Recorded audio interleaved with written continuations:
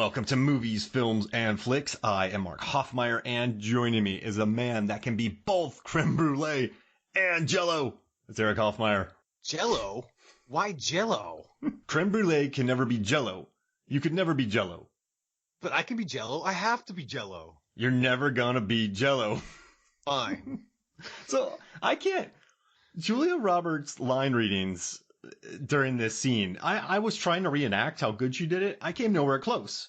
There's no way you can get that indignance that she had in that little series that they had back and forth. It's an interesting scene, right? Like about creme brulee, Jello, but I don't know. I just love that line. And it's once again, like, Julia Roberts got nominated for a Golden Globe for this. Well, so did Rupert Everett, which is awesome. But yeah, I mean, we're going to be talking about My Best Friend's Wedding in case you didn't know from the title of this thing. But Erik, before we get going, thanks for coming back. Erik's been on the show before. I remember when you saw this in 97. So I was 15. Yeah, I was 15. You were 17. And I remember you saw it before I did. We both saw it in the theaters. And I remember you coming back. You're like, man, that was so good.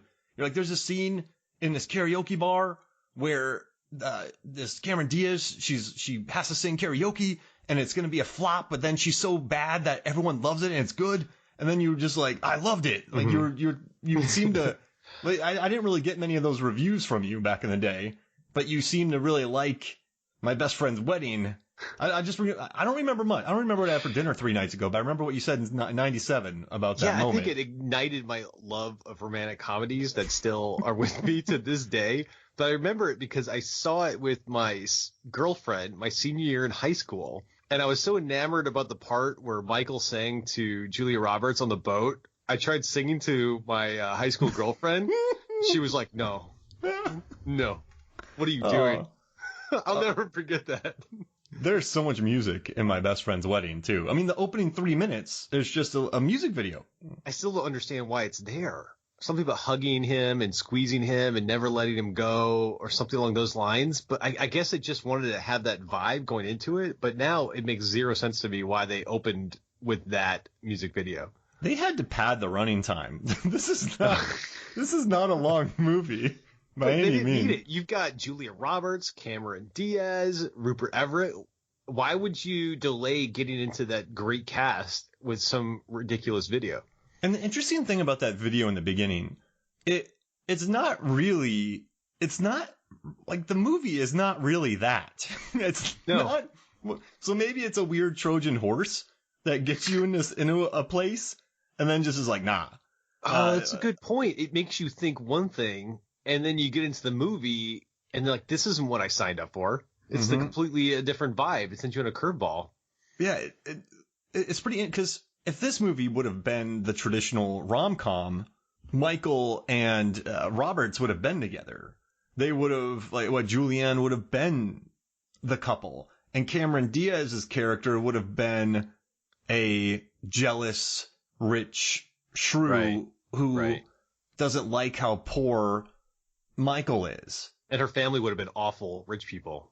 Yeah, exactly. Not the nicest family on the planet. They were seriously really cool and down to earth. Yeah, they're just the friendliest, most nicest billionaires you'll ever meet. This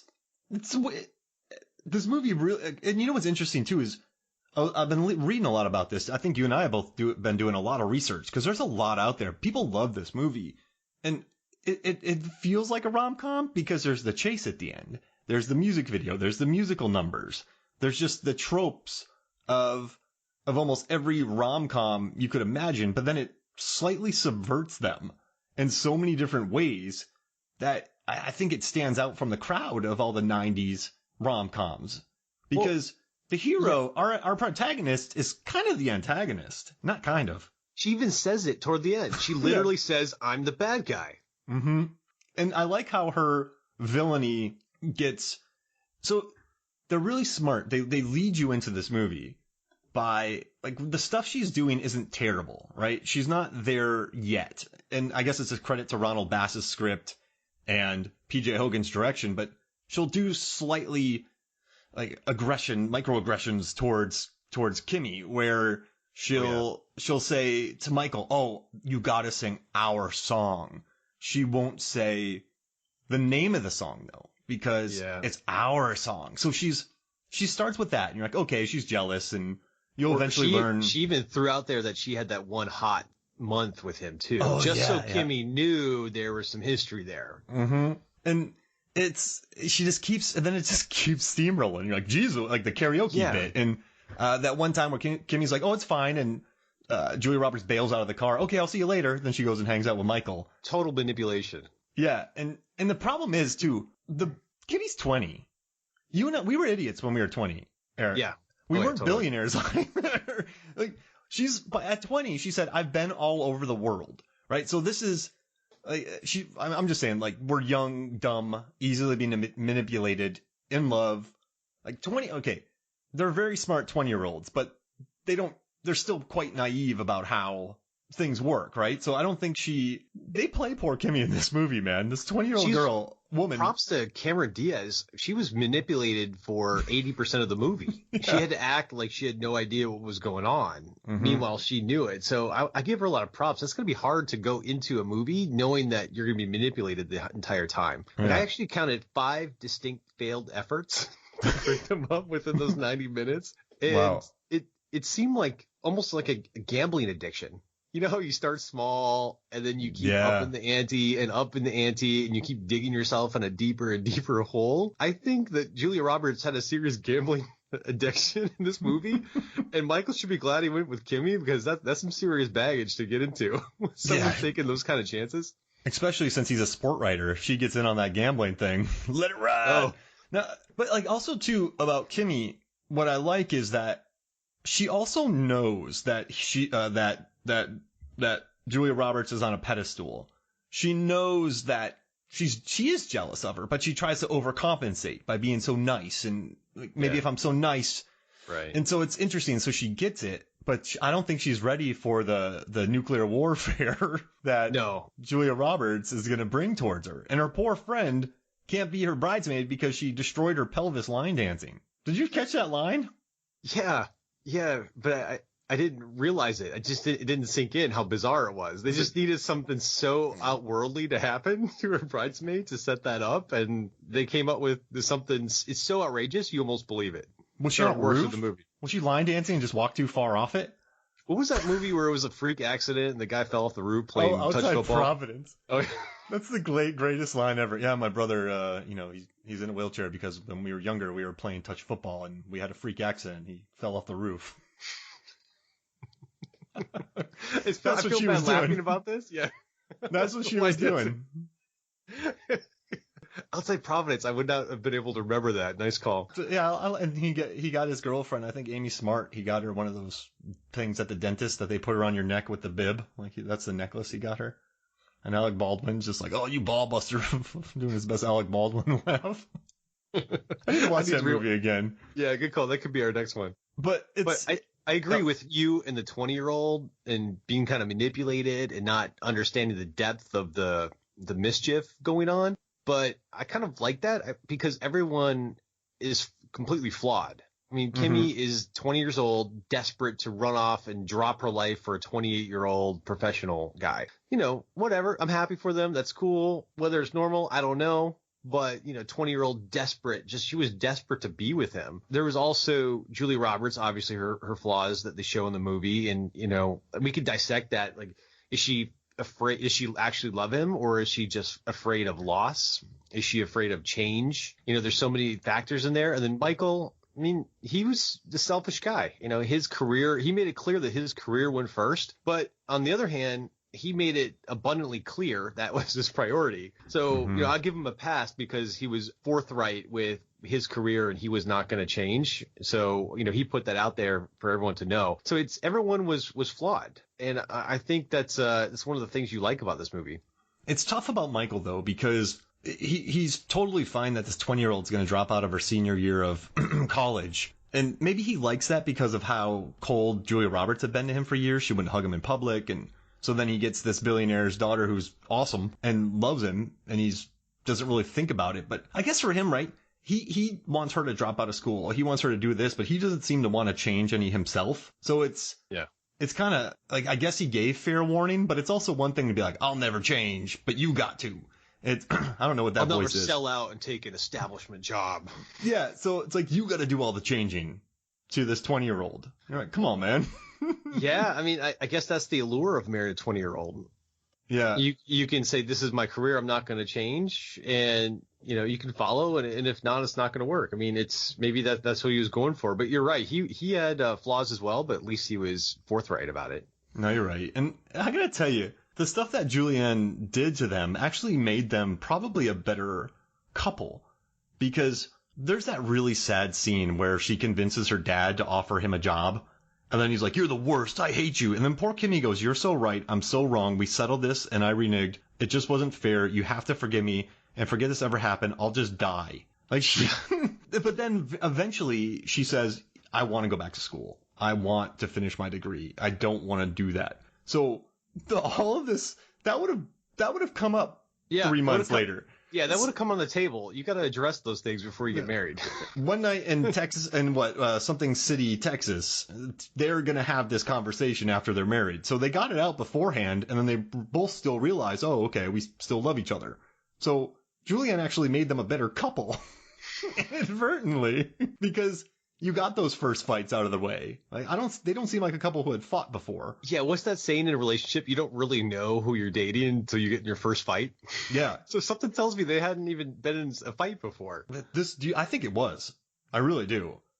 But yeah, but it's so interesting because what I like about the direction too, man, like they never make her seem like they're not afraid to make Roberts. And Roberts knows it's a really interesting protagonist, Eric.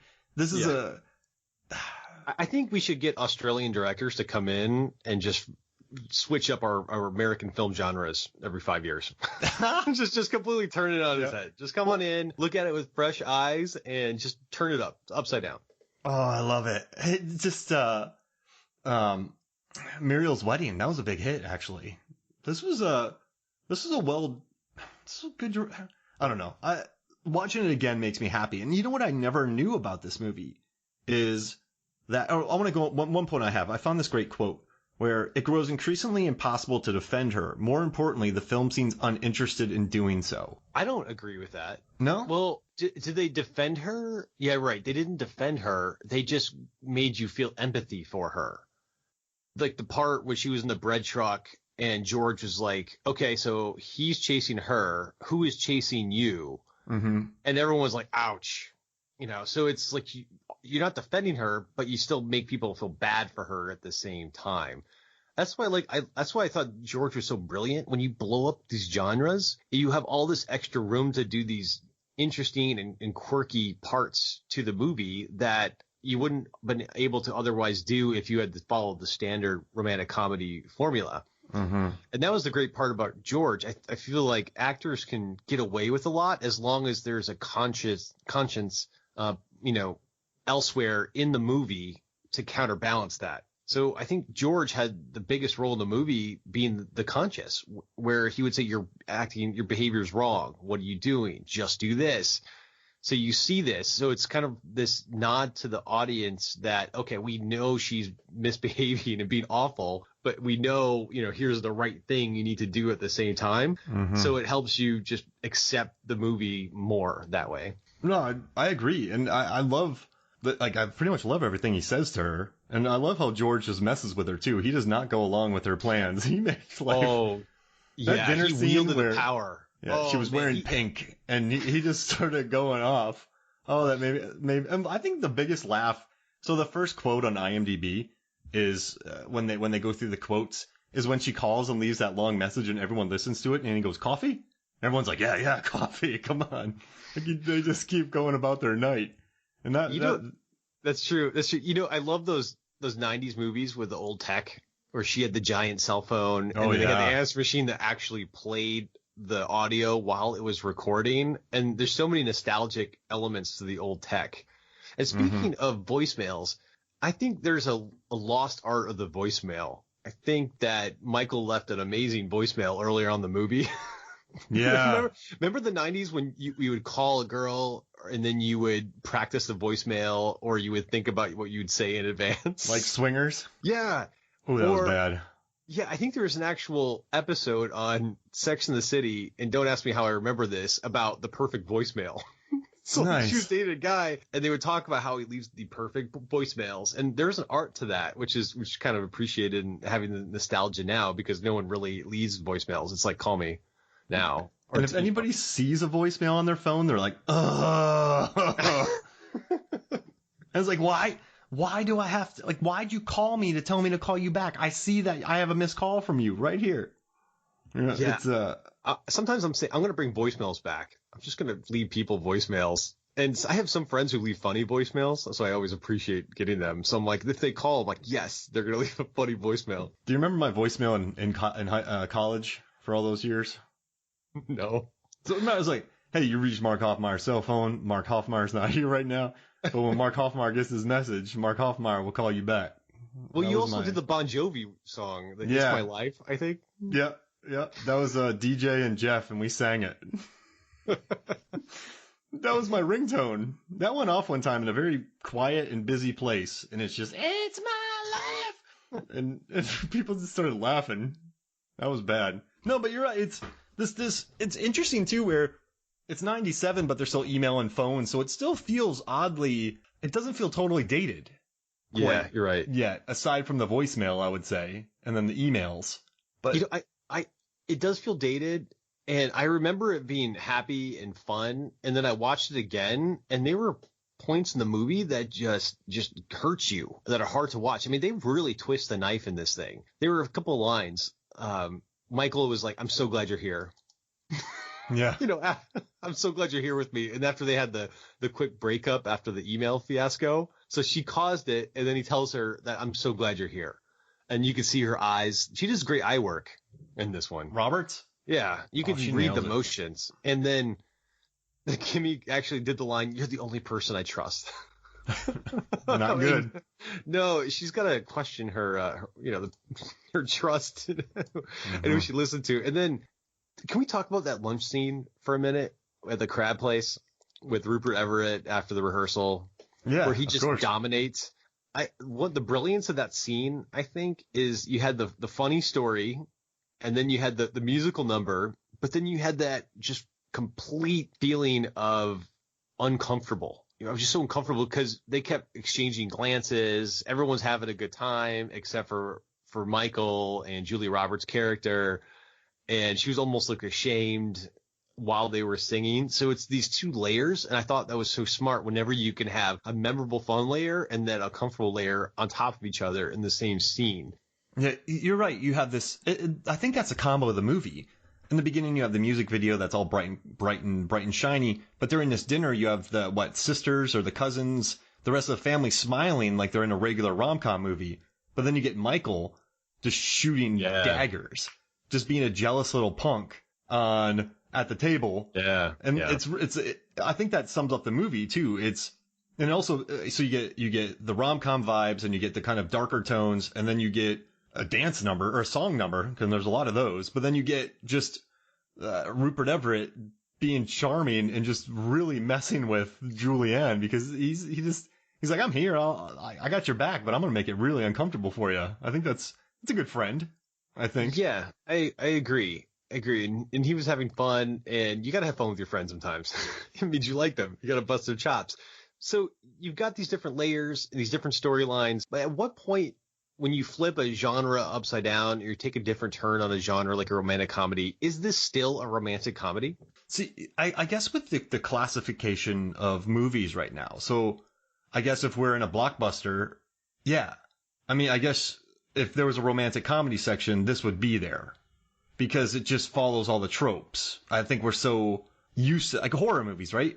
I mean, there's so many variations of it, but you just kind of all put them under that banner. But right. This really isn't.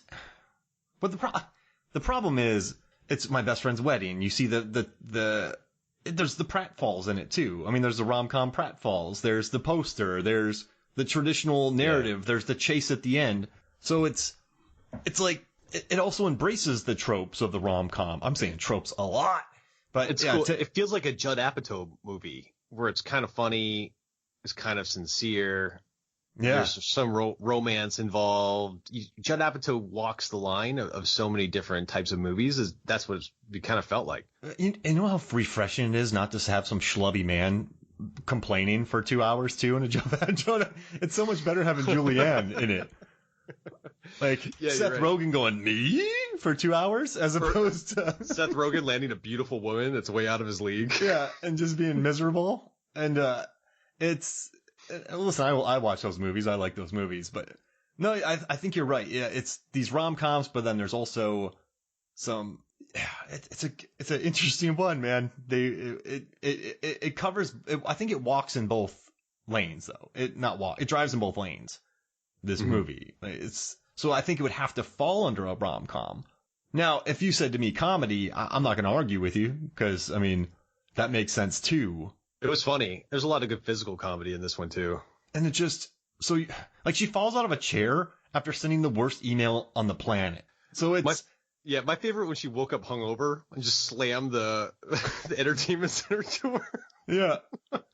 Oh man. I mean, she fell off the bed. She ran into people at the reception. Waiter. Yeah, knocked the waiter out. Yeah, Julia Roberts. You know, some people look good when they're running, and some people look like they're just running, or they don't look like it's quite natural. She looks really good running. Yeah. I'm surprised she didn't do more action type movies because she's got a good physicality about her. Like the part where she was chasing after them. There's some good runners out there. Yeah, you're right.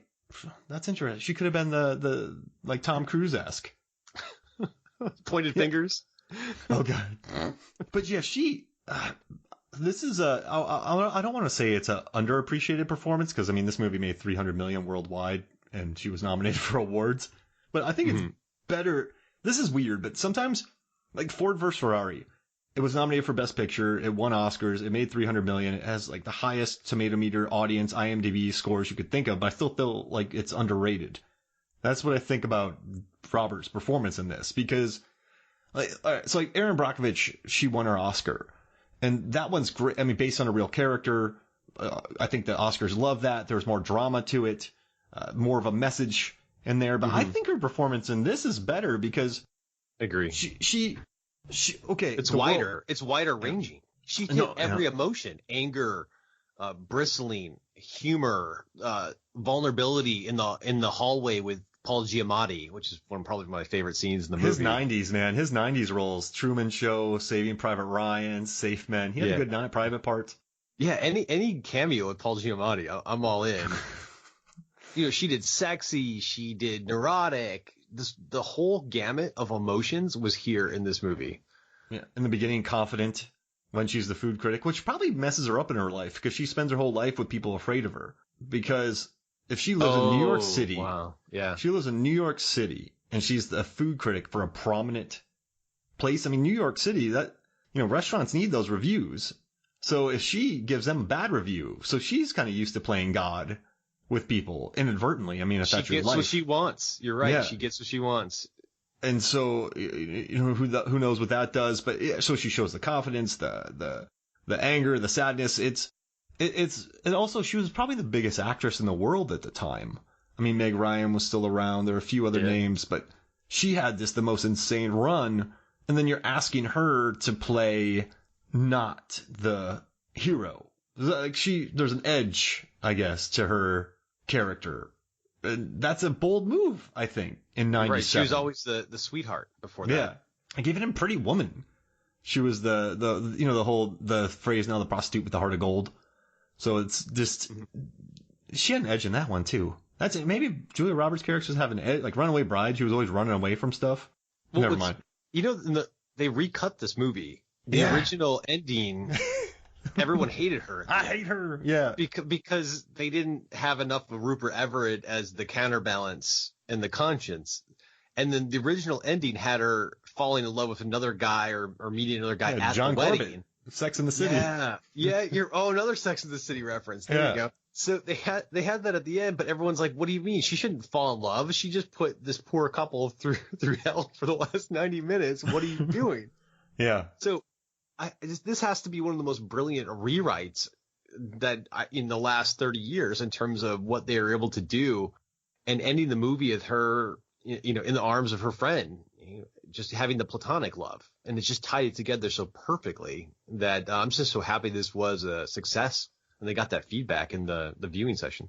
The director said one of the studio executives called it a 40 million reshoot. I said, but it didn't cost 40 million. He said, no, that's what you've added to your box office. So they went back and reshot a few scenes. But you know what's interesting too? It's at the end she finds her platonic love or friendship with Rupert Everett, and you're just like, yeah, this is great. This is awesome because he just takes over a room in this role, and he originally only had a couple lines in this film, and so on the oral history of this, they really beefed up his role, and it's weird how it's a very bittersweet ending, but since he's singing and since everyone looks so pretty and it's so brightly lit and the music is so good, you leave happy, but then it's actually quite bittersweet, and that's this movie on a whole. It's this weird. They had loose ends at the end. They had loose ends. Yeah. It's like it wasn't a nice, tidy finish, but it kind of way it was, because when Michael came back to say bye to her, it's like he was really saying bye, is what it felt like. Like it's over. Well, they can't come back, and also the two of them seemed like they could text each other whenever they wanted as sort of backups or to get out of something, or kept them in a sort of arrested development, if that makes sense. It took a force of nature like Kimmy to get him out of that. You kind of got to say, after that, you have a family get together and Julianne comes over. It's gonna be weird. Hey, remember that time you torpedoed our wedding and tried to get me fired and made me sing karaoke? Like, it's gonna be. And you kissed my husband on our wedding day. Oh yeah. And also, Kimmy they had a bathroom scene. But in the bathroom, she was originally much nicer. She just kind of went, okay, we're cool. We'll go back. And audiences hated that, so they beefed up the bathroom scene. And they needed it for her because she was so gullible and manipulated the whole movie. She needed some kind of redemption. And Kimmy's beaten up. Kimmy's winning that fight. Cameron Diaz is legit. I think Julianne will be in some trouble. Yeah, she had the rage going on. Like she the burning righteous anger. On her wedding day. And legit, too, because she's been not hoodwinked, but she's been deceived. And that's the worst, because she knowingly went too much with her by making her bridesmaid and keeping her close and doing all that. Yeah. But still, like, she did that thinking, I'll win her over or I'll keep her close. And you know what annoys me, too, is Julianne's like, you always had your doubts. And Kimmy's like, of course I had my doubts. Like, why? No. If someone's like, nah, it's cool. Like, no, it's not. I like that Kimmy admitted to that. That's a big pill to swallow. I spent some time going back and forth on that relationship. Like, I have to ask, is it weird to, but I can't say that's weird. It might be weird for some people and not weird with others. It just depends on what kind of friendships you have. But yeah, that is a big pill to swallow, to have your former flame as your maid of honor in a movie, and they're still obviously close. They're smooching, they're dancing. Our song. He walks in on her and changing. Mm-hmm. Yeah, that was awkward. Yeah, George, I got him. That's just that is a weird relationship. Like, even if you're the most trusting human being on the planet and you have total respect and trust with your significant other, and they have that kind of relationship, it's gonna be always something. Yeah. Funky. And I can't talk for everyone. I can only talk for myself, because there's probably some people out there that would be perfectly fine with it. Yeah. But I think I would go on a limb. The average person would still, in the back of their mind, be like, this is kind of weird. What are you doing here, Julianne? But yeah, she's man. And also, I just want to talk about, so this came out in 97, and you're watching this again, and I think to put in the context of I don't think a lot of people remember the 90s, how driven they were by Tom Cruise movies, Will Smith movies, Sandra Bullock movies, Hanks. Adam Sandler, Tom Hanks. That's when names carried movies. And I would say arguably Julia Roberts was she was top 3 at the time. Top 5, I would say. I mean, she comes out with My Best Friend's Wedding, which makes $300 million without inflation. So let's say $500 million. And then she goes on to do Conspiracy Theory, which was another big hit. Then she stepped on to Stepmom, which made $100 million. Then she did Sleeping with the Enemy was big too. Yeah, that was huge. Yeah, so she was on this sick run. And you know what's interesting too is she had a major run, right? She did Pretty Woman, She did Steel Magnolias, Pretty Woman, Sleep with the Enemy. But then she had some trouble with The Player. Pelican Brief was a hit. But then she did I Love Trouble, Ready to Wear, Something to Talk About, Mary Riley, Michael Collins. Those, Everyone Says I Love You, those weren't hits. But then she hit big again with My Best Friend's Wedding, and then went to Notting Hill. That movie was like another $300 million movie. And then she did Runaway Bride in 99. And I don't know if you remember this, but we watched Blair Witch Project at like 2 a.m. one time, got out. I got a few hours of sleep, and I went back the next day on a Friday, because we saw it on a Thursday, went on a Friday, the advanced screening, and that was the weekend where every single theater was sold out because everybody went to go watch Blair Witch and Runaway Bride. So the entire theaters were sold out because, oh, no tickets for those? I'll just get a ticket for this. So every theater was packed. The entire lobby was packed. It was the busiest day. I did like a 12-hour day that day.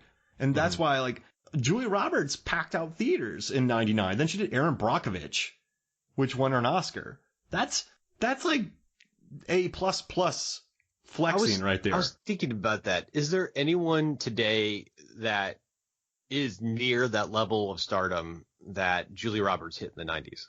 No. And because it's mostly ensemble movies right now. The biggest movies are mostly ensemble. And like, let's think about it. We could say that Robert Downey Jr. is the biggest star in the world, but it's Iron Man, right? It's Chris Hemsworth, but it's Thor. The names now that are big, there's like Dwayne Johnson. Kevin Hart had an insane run with his comedies. Right. I mean, he was all right. So I would say Melissa McCarthy, because I did this for a verse video. I forget which one I had to do it about, just epic runs. And if you go on Rotten Tomatoes, we did a Julia Roberts versus Sandra Bullock verse video. Those two had insane runs. You should go watch that video. But I would say it's Melissa McCarthy because she was doing movies like Identity Switch making 100 mil and that Tammy movie making 80 mil, all rotten. Like, people just wanted to go see her in anything. So it wasn't like she was Thor. After Spy. Spy just shot her into stardom. Yeah, I mean, that's next level. That's a beautiful film, and that made over 100 mil. So she has been really impressive, I would say. And then also, I think, Kevin Hart. I mean, the ride-along movies, Night School. So he was doing these movies. Like, he wasn't doing Marvel, but he was still clearing 100 mil at the box office. So I would say those two, as far as getting butts in seats for non-Marvel movies, comic book movies, or Star Wars movies, they had a pretty good run this decade. I would say maybe in the past decade, in the early 2000s, you had Will Ferrell and Ben Stiller. I mean, they had a string of comedies that were pretty epic. Yeah, his Talladega Nights. Like, what's the latest Will Ferrell comedy? I'm in. Yeah, because he had Elf, and then he had Old School.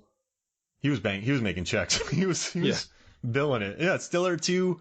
He had the Fockers, Meet the Parents, and Tropic Thunder. So yeah, I guess it's just kind of comedy in there.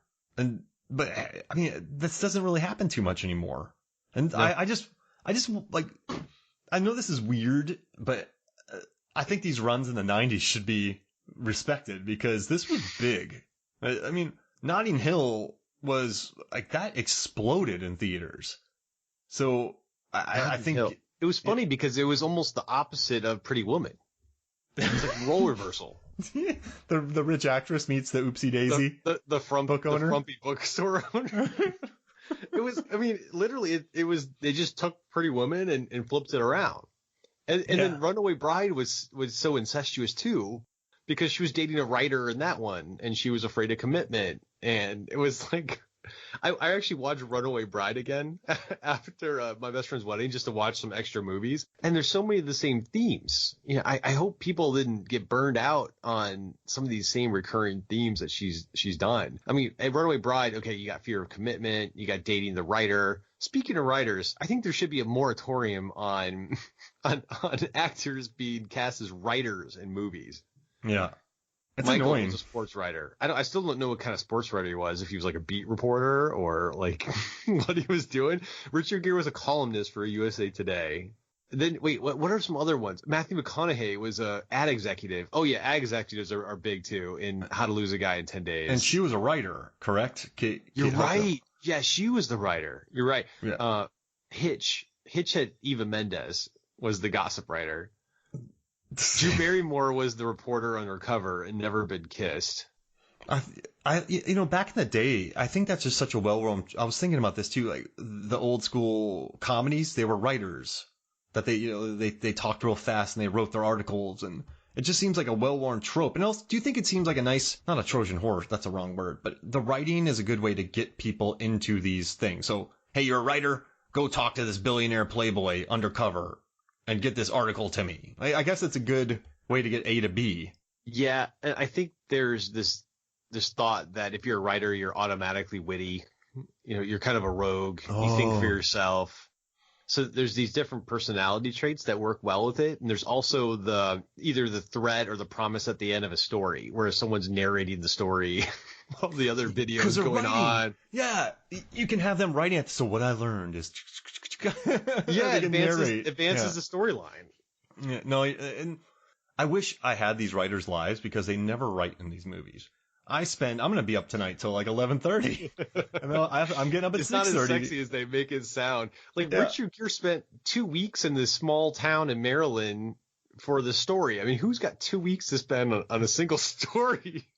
He has a mansion probably too. It's just, he was driving a sports car. I mean, what columnist drives sports cars around and spend 2 weeks on a story? It's just not how it happens. Homer Eisenhower, right? Homer Eisenhower, Ike Graham was that his name? Richard Gere? Yeah, he's just the rock star writer. But it's a good way to get people's foot in the door. It's just, and I guess, what's interesting, the writing with Dermot Mulroney in this kind of makes sense because he has to travel around. And it gave him a reason why he never settled down with her either. Yeah. He was following his career. So I guess that's somewhat organic. He got bagged on a lot for this movie. I thought he got bagged on more than anyone else for just being this kind of boring character. But I disagree, because everyone can't be Julia Roberts. Everyone can't have the charisma of Cameron Diaz. So he can't be over the top because you have all these other great characters in this movie. And I thought what was interesting about him is he was an active participant in the story. He let the door open for her a couple times. Yeah. To say what she really wanted. So he was an active participant. He wasn't just swept along in this story. And that's what I appreciate about his character, because he was thinking. You could tell he was thinking. He's not a total Baxter, which is nice. Like he gets what she's doing, I think. Don't you think so? Like I mean, if you had two beautiful women pining over you, I mean, you'd probably entertain it too. I mean, I've noticed he's wanted to do a sequel for 20 years now to this movie. I can see why. But I thought he was better than the critics made him out to be. Yeah, I don't like that narrative nowadays. We're like, just that boring guy. But the thing is, the movies, I think he just had to do enough, right? Sure. And also, what's interesting, like if he was super dynamic though, so I think the character, there's interesting levels to the guy, but if he was super dynamic, then you can understand why the two have been friends for this long, or why she dumped him, or she kind of owns him a little bit. Roberts he's does. Normal. They did a good job casting someone who is for the most part normal. Mm-hmm. It wasn't like, Chris Evans as a sports writer. I got to get that story. Yeah. My Red Sox are in town. So he was good, and it was believable. But you're right. I mean, the star of this movie was Julia Roberts. So totally. You just need someone credible enough to be in these scenes, comfortable enough, and he had been in a ton of movies before this, and also. I think the director started really liking Rupert Everett, and the director really liked what Cameron Diaz was doing. And so when there's nothing wrong with being the subtle person in a movie. When is that a criticism that you played as straight when you got all these stars around you? That doesn't mean you're bad. It just means that they're incredible. Yeah, it means like so I think some people do confuse that, where they see a totally serviceable, good performance. And he held his own with Roberts. He held his own in there. He did. Definitely. And so, but the thing is, he wasn't as bubbly as, but what's interesting with Diaz too, though, she didn't fall into really any tropes too. She handled her, I think a lot of her happiness seemed like a facade to just seem really happy around Roberts, and she was genuinely excited. I think a good person. But there's she more didn't know how to than, act. You could tell she didn't know how to act. She was uncomfortable. 'Cause you're 20. She tried to get in on their stories. Yeah, she's 20 years old. I love Florence. Like that. And Roberts knew what she was doing, man. Roberts was, or I keep bouncing between the names, but you all get it. She was, whew, I felt so bad. Yeah, there's a lot of knife twisting, and there was a lot of moments that just made it hard to watch. Mm-hmm. That singing part, though, that really, I didn't see that coming, the karaoke bit. When she just won everybody over. It was so memorable. And they played it real. She sang that, and she hated it. And the director actually made, like, he's like, we're playing this. And she actually did it. So it was so believable because it was actually her, and she actually doesn't like singing. And she's a self-admitted, I mean, she can't be great at everything. You know, she's not the best singer in the world. But she had the moxie, and she pulled it off. I do feel, it makes me have faith in humanity, though, because the first two people were like, shut up. But then everyone just went, yes, this is amazing. Own it. That saying is you don't go to karaoke to watch your friends sing well. Yeah. You go to karaoke to see your friends sing bad. No, you know, that's funny because I remember we used to do karaoke in Tallahassee when we were there. And I remember people that really took it seriously. Like, I'm going to put a Three Doors Down song and I'm going to belt out Kryptonite. You know, like, I'm here without you, baby. And they do a serviceable job, but you're just going, I just watched a less great version of Three Doors Down. It's just a very average performance. Yeah. It's like maybe you're getting too into this, you know, just you know, dial it back a little bit. I appreciate that they put themselves out there and went up and sang, but also you and I, like we had more fun. I mean, we don't really have good voices, so we couldn't sing Three Doors Down. Well, even if we tried. So that's one of the easier ones to sing because the guy's vocal range isn't. I'm here without you, baby. Yeah, I would just do Blink-182. Yeah, that's an easy one. All right, so how about this? Hey, let's take a quick break, and then when we come back, we will talk more at my best friend's wedding. We'll be right back. Welcome back to Movies, Films, and Flicks. And Eric, you're locked out of your hotel room in the Drake Hotel in Chicago right now, aren't you? Just gonna light a cigarette, lean against this door, and hope Paul Giamatti strolls down the hallway. Imagine that, right? I doubt Giamatti ever stays. He could probably stay at the Drake. I bet Giamatti could now. But imagine being at the Drake and you're sitting outside your door and just Giamatti strolls by. That's fate. That would be. I don't know what I would say to him. With the different streams between reality and the movie converging, I don't think it would dawn on me that it actually happened. But just go, my best friend's wedding, and then just go, hey. The standard where you just yell the movie at the person. Hey, Giamatti, look at the camera. Giamatti, do you have a cigarette? Yeah. Hey, this is why I never stayed at the Drake. If you remembered that, though, I bet Giamatti would be down, though. He'd be like, man, this dude's locked outside his hotel room at the Drake. I mean, if you're staying at the Drake, it's a nice hotel. And I like how he dropped that in the voicemail, too. Michael did that. Yeah, you really dig deep for a My Best Friend's Wedding reference if you ever ran into Paul Giamatti. That's like the time you ran into Dolph Lundgren and you mentioned about the movie where he directed, where he was a drummer in the band. Yeah, he took off his glasses. What's your name? Mark. Nice to meet you. And he shook my hand, and then we just chatted for a little bit. He's like, I gotta catch my private flight. I was like, all right. It started rough, though. He spilled his coffee. He's like, no photos. I'm like, I don't want a photo, man. I'm just saying I'm a big fan. I like the new Universal Soldier movies. Command Performance. I dig it. Can't wait to see what you do next.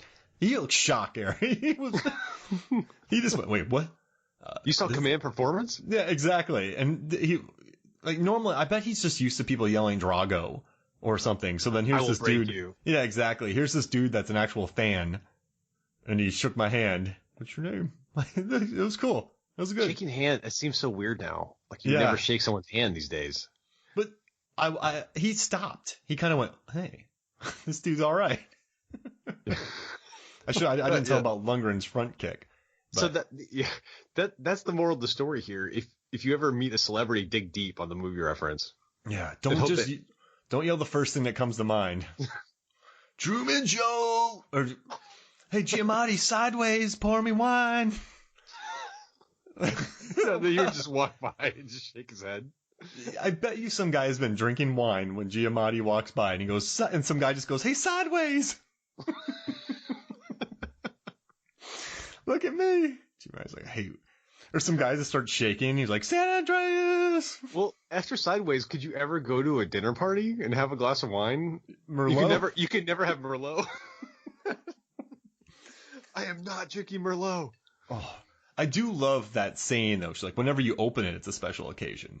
And that's cool, because some people hold on to these things for 40 years when you probably should have drank it within the year. That's a good line in there. Madsen was good. She crushed it. I'm not mad about that performance. You're not mad about her performance? Madsen. Oh. Why would you be mad? Madsen walks by. I'm like, "Hey, Candyman." She's like, "What?" But, so for those of you who've never heard a podcast with me, I have a series that's called Questions with Mark. Oh, yeah. Where all the stuff that I try and stump him, and I throw a bunch of random questions at him from the movie. And my first question is, what would a sequel look like? If they did a My Best Friend's Wedding sequel, where would it go? 24 years later, 24 years later, she's divorced, right? Okay. And it wasn't her fault. It was his fault. He couldn't stand being with a really successful politician. She's a politician now. She used her clout from being a food critic to become a representative. She gave a restaurant a really great review. They funded her campaign, and now she's at. So they go to visit, but it's supposed to be the couples visiting in the Bahamas. Sure. It's like couples retreat? Yeah, exactly. And so she drags George with her because, so then they go. But then she starts meddling in theirs, and then the movie just becomes about George and his life and him meeting somebody. Oh, maybe they'll team up to break up George's wedding. Yeah, that guy's I'm your love. Yes, there it is. Maybe. I mean, I envision maybe a wife swap thing going on where Michael and Jules finally get together 23 years later. Oh, that'd be messy. Yeah. That'd be like a sequel to Closer. Oh, why'd you go there? That movie hurt my soul so bad. I actually know a couple that broke up after watching that movie. What? Yeah, they watched it and they broke up because they realized how bad their relationship was. And they watched it. They just looked at each other and was like, yeah, let's just end this. Wow. That's the effect Closer has on people. Wow. Can we not talk about it? It just hurts me too much. The movie should subvert genre. It should be a rom-com, but it should also find a way to be different from that. Now, we've already had our protagonist being an antagonist in this. So they just, okay, how about this?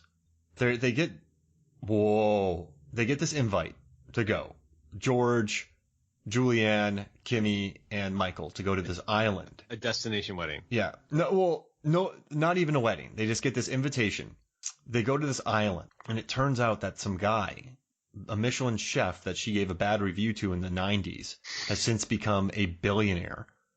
And since that review really set him back, he set in motion a plan to bring the four of them to an island. It's like, I know what you did last summer. Yeah, and they're strapped. He straps them with vests that can explode. And the four of them have to pick which one of the four to kill. And it's called My Best Friend's Funeral. Dead. My Best Friend's Funeral. My Best Friend's Funeral. Oh, that's kind of a dark comedy there. It would no longer be a romantic comedy. It would just be a dark comedy. That's subverting some stuff right there. And then they chat a lot. And eventually, no one blows up. Right? Can we do it less sad? Maybe My Best Friend's Divorce? No, but My Best Friend's Funeral, but no one dies. What do you think? Oh, maybe. Maybe just Kimmy brings her best friend, and no one knows who it is. It's just an extra, and then they blow her up. Maybe, but I like we were going with total. I mean, the movie flipped romantic comedies upside down. So now you're flipping the flipped upside down version and just twisting it into a slasher flick, like Club Dread. Club Dread, the comedy slasher. Well, or My Best Friend's Vacation, where the flights get mixed, and George and Michael hang out, and then Kimmy and Julianne have to hang out. It's a good idea. You get stuck like at Home Alone where there's a hurricane. You can't get back to New York. It can't be what you think. That's the problem. So you got to mark in the beginning. It has to have a dance number, and then they go to an island and hack at each other with machetes. Okay, I like it. It would be it would definitely get attention. It would get some PR when they announce it. My best friend's limb loss. I don't know. Just hackers and machetes. So a sequel would be My Best Friend's Funeral. Yes. Okay. What do My Best Friend's Wedding and Starship Troopers have in common? Okay. This is a trick question. It's a loaded question because I already know. But I wanted to test you. Well, all right. So we just talked about subverting expectations. So you got the J-Robs playing a secret antagonist, or an outright antagonist, supposedly protagonist. And then you get in Starship Troopers, our protagonists are fascists blowing up bugs on another planet. So you go into a movie thinking you're going to watch these people you like blowing up people, but there's like a secret message in there from Verhoeven because he's a maniac and he's beautiful. And then you get Julia Roberts, supposedly the hero, being a turd. So you get subversions of... Am I supposed to root for these people? Yeah, you get subversions of it, right? Yeah, good call. You nailed it. I love Starship Troopers. That's a popular episode. Well, that's another 90s movie that was underappreciated, and now it's having this renaissance, just like My Best Friend's Wedding should. If you want to have a successful podcast, just talk about Verhoeven movies, because Total Recall is the biggest movie by far on MFF, and just Verhoeven. And L! It's a French film and it has huge numbers. Just talk Verhoeven. You'll get huge numbers. What if Verhoeven directed the sequel to My Best Friend's Wedding? What would it look like? Oh my God. Okay, so then if you're supposed to subvert it, he wouldn't subvert it, and then it would just become a traditional rom-com again. That's true. But at the same time, he's never done a sequel before. But he didn't direct the first one, so he'll go in doing carte blanche. What do you want? Blanche? Carte blanche? Blanche. Yeah, carte blanche. Blanche. But yeah, it's so like he'll Blanche go in. from the Golden Girls. Yeah, just carte blanche and Carter. But yeah, so he'll come in. He's like, okay, everybody thinks I'm going to subvert the genre. I'm not, which will be a subversion that no one will see coming. Or Kimmy becomes an android cop. and then she starts hunting Julianne through an island. Or the multimedia conglomerate that Kimmy's father owns actually starts Skynet. Oh. Or they film the four of them killing each other like in Running Man. Oh, Kimmy finds out. Kimmy realizes at that day and age, I am going to get her later. So she becomes a high-ranking executive in the industry. And then she flies Kimmy Julianne never to forgave Julianne. Yeah, she flies her to an island to engage in a Hunger Games style brawl with people that have spited her. There it is. All right, nice. Next question.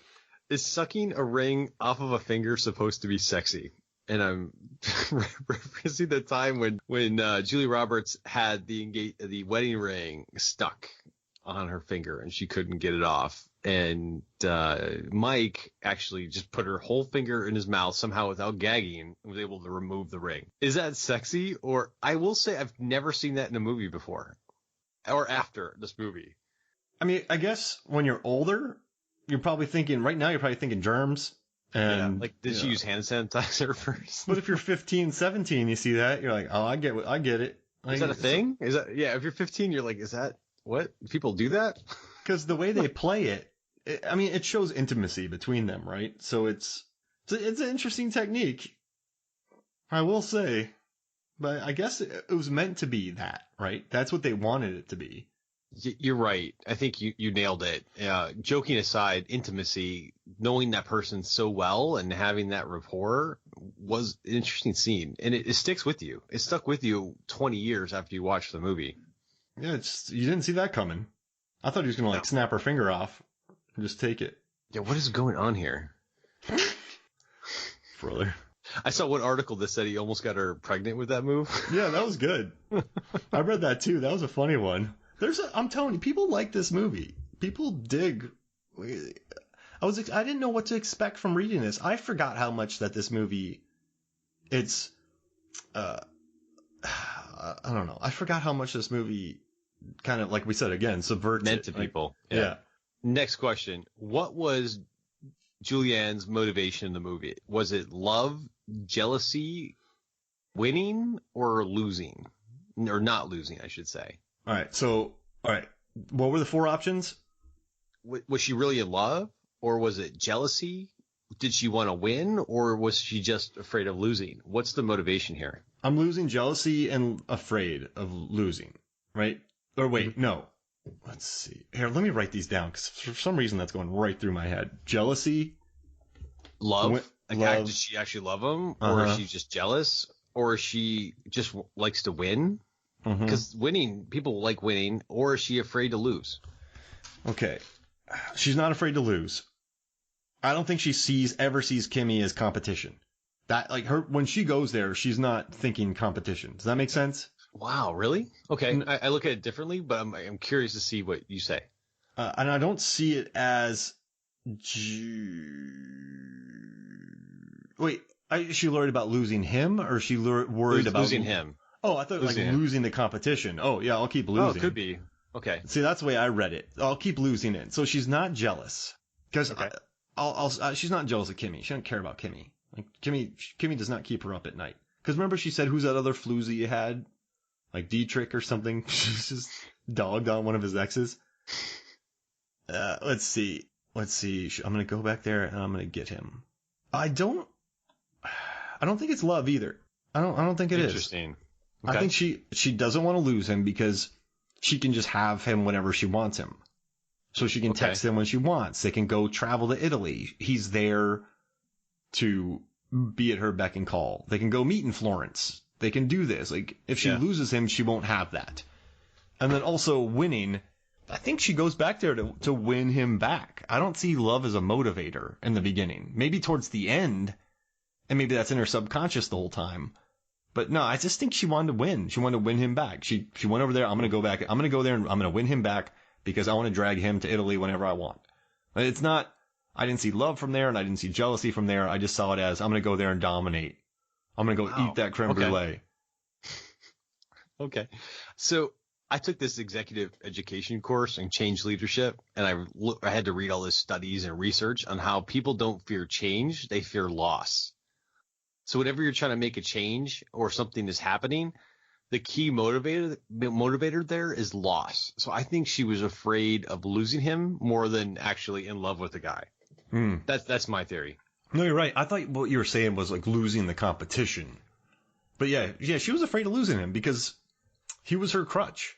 She could have had him all those times. And that's the cool thing about this movie, because we've all had those relationships where you're friends with someone and just it didn't go anywhere. Yeah.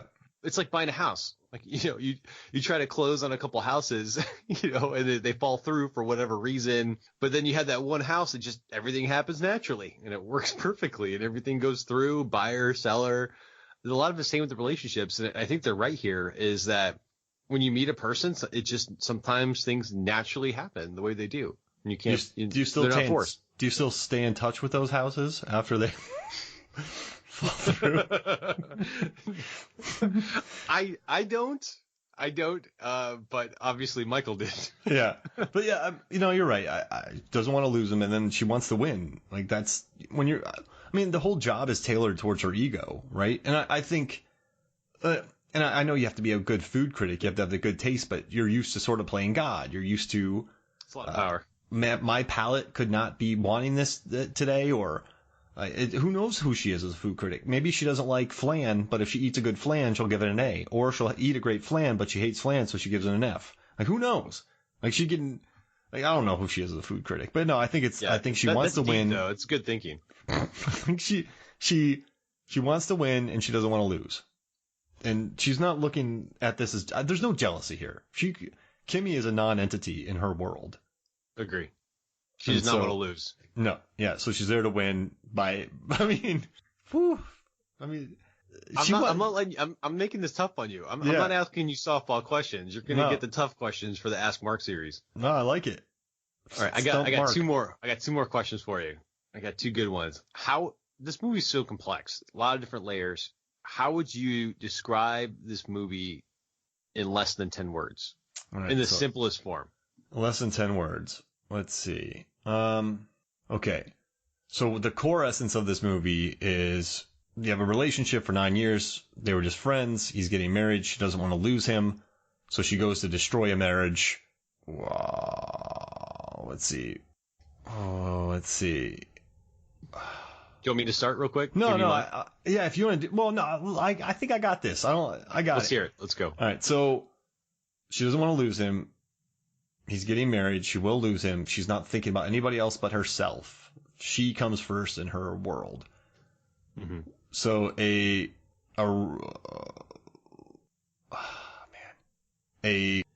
you getting stuck on? Are you stuck on the main it's point? 10 words. If you said 270, I'd be off on the races right now. But yeah, so I would say I love these exercises because it's so hard. Because it's like a selfish woman. I think she relies a lot on her selfishness to do this. She's not thinking about anybody else but herself. A selfish woman attempts to comedically destroy a wedding. Okay. I mean, because she's falling and dropping, and she's trying to destroy a wedding, wreck a wedding, and she's thinking about only herself. Yeah, a selfish woman comedically tries to destroy a wedding. 8 words. Okay, that's nice work. It's pretty good for putting you on the spot. This is hard. I'm crossed between two definitions, and the first one is 2 people end up getting married. Yep. So they do. I think lots of music. But that's too easy. So my second option would be woman temporarily loses her mind, but then scores platonic love. Yep. To me, the platonic love at the end is what she scores. She loses, but she wins. So I'm going with, she loses her mind, but she still wins in this fashion. She does some very reactive measures here. And I think those reactive measures come from her just lack of thinking about anybody else, if that makes sense. Totally. You're right. I mean, she had years to be proactive, so she just goes into desperation mode, and then she just gets mean. And then it just blows up in her face because everything she does brings them closer together. It's like if you actually tried to break up someone's wedding the week before. Like, it's not going to end well. It's going to be messy, and people are going to be hurt. So that's exactly what happens. That's why I love the ending of The Graduate. He comes in, wrecks the wedding, and then they're sitting in the bus ride just at the end of it, just going, oh, crap, what did we do? This is not good. Classic moment. Yeah, I mean, there's going to be... Man, yeah. But I'm telling you, Michael knew what was up, man. I'm telling you, he fed into it. He did. He was a willing participant in this mess. Oh, hey, so what we were talking about earlier, when I found some of this data about who had the best run, but get this. So between 1989 and 1991, Julia Roberts did Steel Magnolias, which made 109. These are accounting for inflation. Steel Magnolias 198 million, Flatliners 128 million, Pretty Woman 959 million, Sleeping with the Enemy 327 million, Dying Young 153 million, Hook 562 million. I might be reading all these wrong. 1997 2001, Conspiracy Theory 216 million, My Best Friend's Wedding 472, Stepmom 247, Notting Hill 556, wow. Runaway Bride 556. Runaway Bride 473. Aaron Brockovich, 382, Ocean's 11, 644, The Mexican, 211. And that's when adjusted for inflation worldwide. That's a run. That's flex. That's life goals. She can do a lot of flexing with that run. Yeah. I mean, that was just beast on that thing. So I remember I talked about it earlier, so I had to get that back out there because that's just a sick run. Yeah, I don't think anyone's had that kind of run since Will Smith. Yeah. I mean, with Hitch, even 7 Independence Pounds. Day, Men in Black, Wild Wild West, Bad Boys. I don't think anyone else has had that other than him. I miss those big name actors churning out mediocre movies that, like, I think Adam Sandler's run too in the 2000s. I mean, so he was turning out Grown Ups, Pixels, Zohan, and they were making 300 mil worldwide. That's flex right there. He's still breaking records every time he puts a movie on Netflix. So Sandler's still out there doing it. We forgot to mention him. You're right. Did he ever get back to you on your movie poster? No, but one of these days I'm going to see a jet ski chase in a lazy river. It'll happen. Okay. It'll happen. Checking. Hey, so how about this? What do you want to do? I got one more question. Can I get one more question? Yeah, we got it. What is your favorite movie or movies when the main character loses? So are we talking where the main character loses in regards to like Saw where the guy goes game over and the dude's dead. Is that? Hey, I'm leaving it open-ended for you. All right, my favorite movies where the heroes lose. Oh man, and there's so many of them. Well, I mean, Take Shelter's tragic. Oh, you're right. Is it really though? At the end, it leaves it open-ended. Whether either way, it's bad. Actually having. Right. That's right. He loses his job, but his family stays intact. Yeah, but the very ending, I don't want to. It's like one of my favorite movies. But they leave it open. They leave it open where you don't know what he's seeing.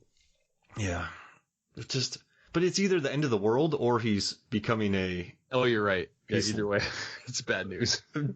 I like Shaun of the Dead. I think that ending. I mean, his friend becomes a zombie, but he makes the best out of it. I mean, that's a mean ending, right there. Yeah, they still play video games in their back shed. Yeah, and his mom dies. Everyone dies, but his best friend becomes a zombie, and they keep playing video games. That's kind of a good gut punch.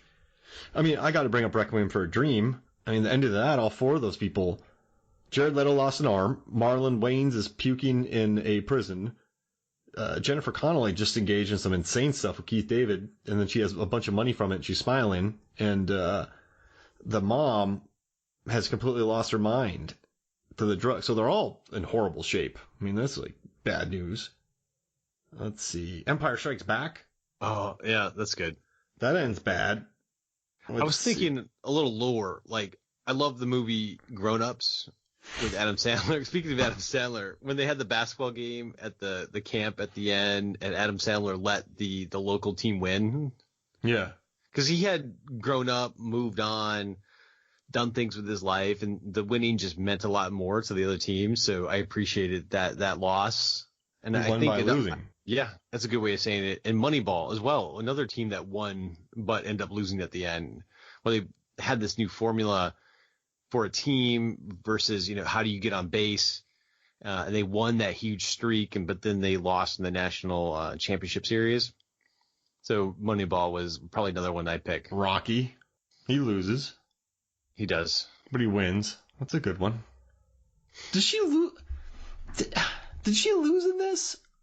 Because she grew up, I think. So she really won. Because she never wanted him. So she can finally have closure to that chapter of her life and move on now. Yeah. So that's a good question. Did she really lose? Because going back to my 10-word summary, she did score platonic love at the end. Like, she realized that friends would love her no matter what. Mm-hmm. And her friend... Define losing. That's a good point. She didn't want to marry Michael. No. He was just kissed there. him, and it made him realize that he really did love her. He really did love Kimmy. Yeah. So, if someone argued with me and said she lost, there'd be no way for me to disagree with them because, yeah, okay, I get it. But also... I mean, she grows up, and I think it's good. And she, we got to understand, she's still quite young. She's 27 in this. And I know at 27, people have moved on with their lives. They have their, careers, kids, but there's a lot of growing to do. Yeah, exactly. You're not there yet.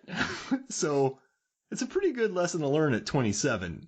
And at least, what annoys me? You watch these movies and people learn these stupid lessons at like 45. I'd rather watch a 27-year-old learn this lesson. Rather than George Clooney.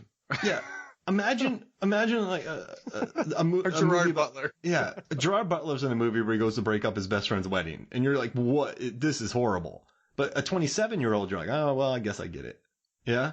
Yeah, that's a good point. So I mean, I was still kind of a bonehead at 27. Yeah.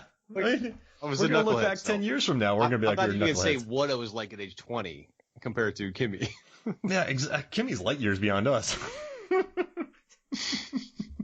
But no, I just, I don't know.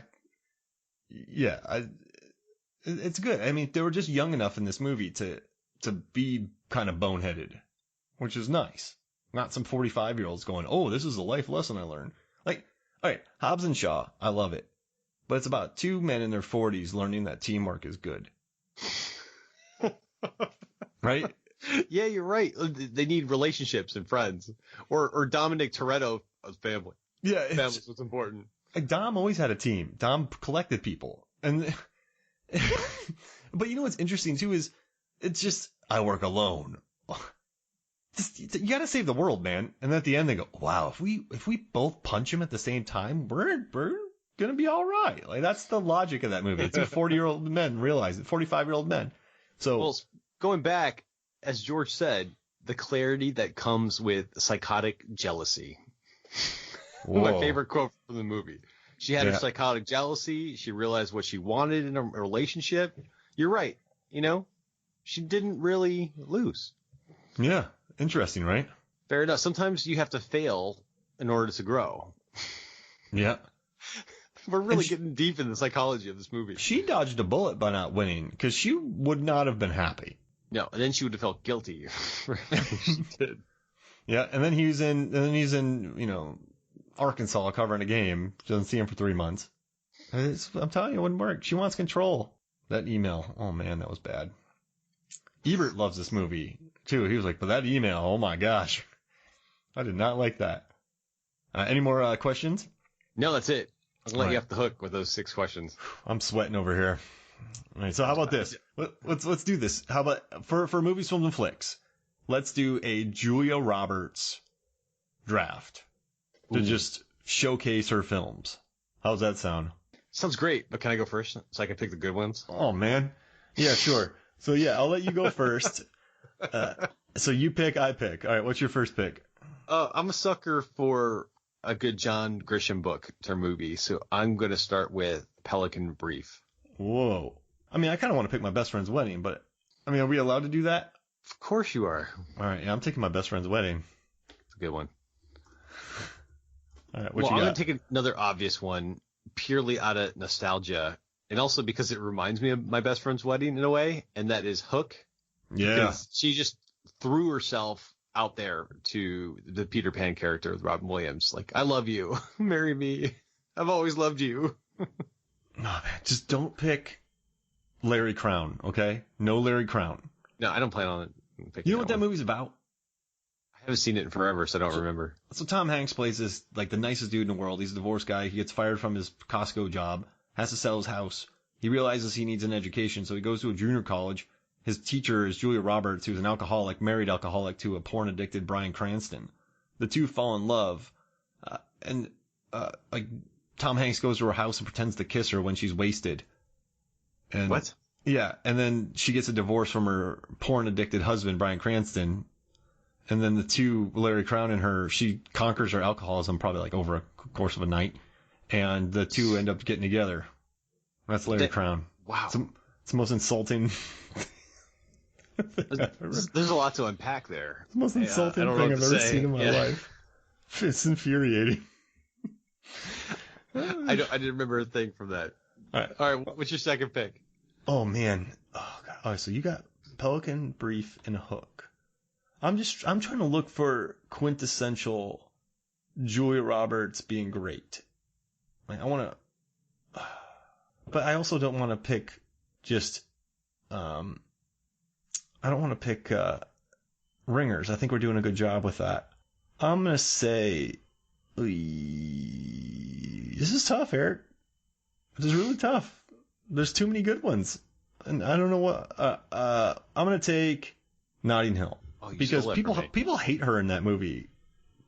But do they really? Yeah, I read some stuff about it. Like, she's horrible. She's the worst.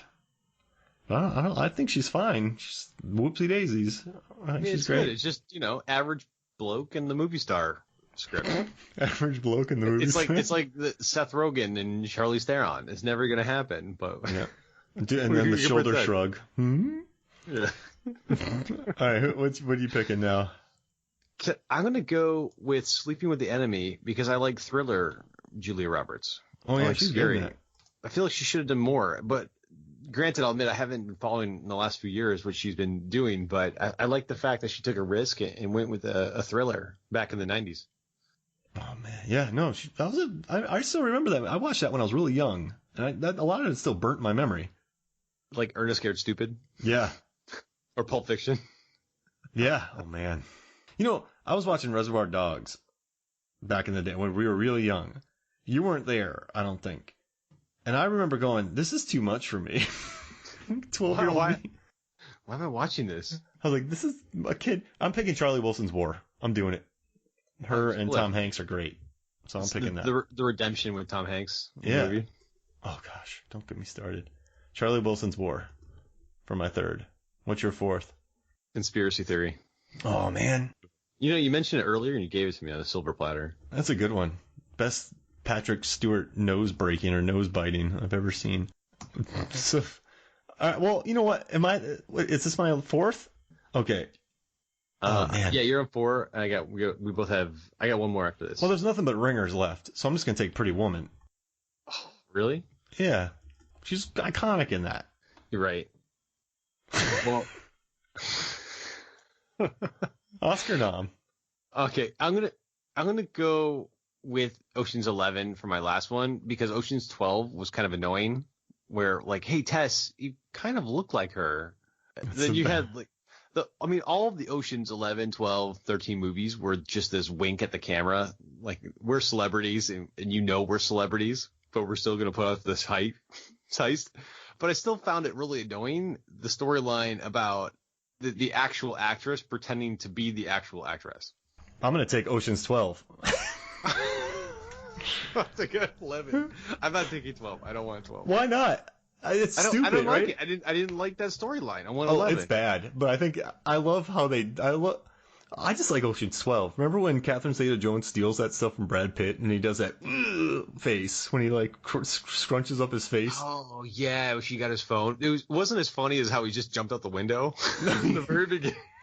He's just like he has a slightly worn out right heel, size 11 boot. And he just takes off running. Oh yeah, I love it. So I remember watching that plot line that Bruce Willis, and then Bruce Willis shows up, and you're like, what is happening? So I'm gonna do that. I'm not even doing Aaron Brockovich. I'm taking Ocean's 12, which is crazy. Are you just doing it to spite me?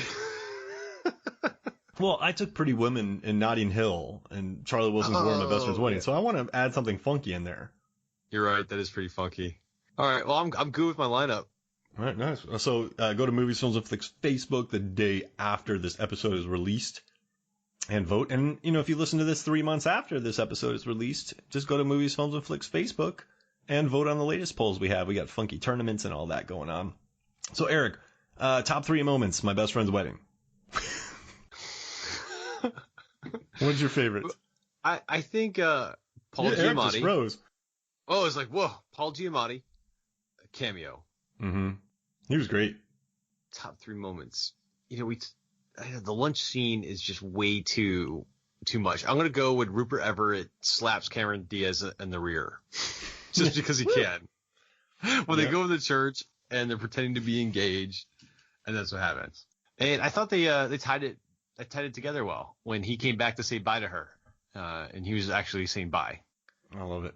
And I'm gonna do a fourth. Oh, I like it. I'm gonna do because the fact that I believe, and I bring up conspiracy theories all the time on this episode on this podcast, but I think the American version of The Office stole from this movie because that plot line of marrying the wrong person is powerful, and it kept The Office going for about 3 seasons with Pam, and the guy from the stockroom, and Jim trying to marry her. I know it's a little different, but I think My Best Friend's Wedding introduced how marrying the wrong person is a much stronger motivator than the love triangle. Because there's more of like this finality of marrying the wrong person. So I also love how it inspired The Office many years later. Wait, the two, if they married, would be the wrong. And she was trying to break him up from the right. Because it's Kenny a right little for bit him? switched. But at the beginning of My Best Friend's Wedding, you think he's marrying the wrong person. Because she drives crazy. But then crazy. you realize, but they had her drive crazy, I think, to show that she was 20 years old. Yeah. I mean, you remember us driving when we were 20? Oh, man. My Dodge Shadow. Blow that thing up. If the spark plugs worked, I drove. Yeah. No, I love it. How about yourself? Well, all right. So the helium singing, because it's weird. It was funky. It was really quirky. It's another one of those parts of these movies where you're just like, well, who wrote this? So I'm going to do that. Let's see. I love they have the confidence to throw in these random scenes. I love when at the lunch, when he's talking about how he mentored at the institution, he calls her Poopy. He calls Julianne Poopy. No way, really? Yeah. So he's like, yeah, Poopy. It's hilarious. Yeah, so he could get away with it. So he calls her Poopy.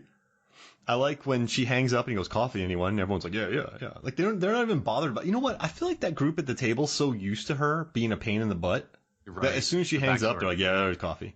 Like, they're just so, like, he probably tells them all about her. And then, oh, it's Juliana It's again. just Great. Jules again. Yeah, exactly. All right, so I got that. And then, let's see. I have those. I like the chef in the beginning who threatened to kill that guy's whole family. I thought that was good. Let's see. It showed how much power she had. Now, I have 3. Let's see. Oh, when she goes, you know, he's my editor. He's just here for a fiance. He's only here for a few hours. He's like, because that's what it takes. This gets real. Julia Roberts can drop an F-bomb. Yeah. Oh, yeah, that was really good. That was a good drop. And hey, can I add a thing I love about this? I think it's because the third act of the movie, the last third, you don't know what's going to happen when you watch it for the first time. No. You literally don't know which way it's going to go. No. It's like that movie Match Point. Sometimes the ball hits the net. You don't know which side that ball is going to drop on. And that's why I liked it, because you going into the movie not knowing the end or no spoilers, you really don't know if he's going to stick with Kimmy or if he's going to switch and stay with Jules. Theaters would have rioted if he stuck with Kimmy. Imagine that. This perfectly fine person who just gets destroyed, and then the two get together. That'd be a Verhoeven movie right there. You would. It would be what you don't expect. Wait. Or it would like intentionally antagonize the audience. That would be a Verhoeven. People just pull their seats out of the theater and run away with them. What? You should not be serious.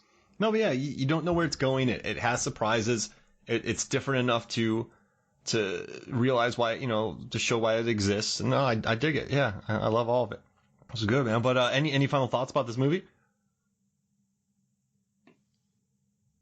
No, it just hit. Man, we've been gushing over it. It just hit the right note.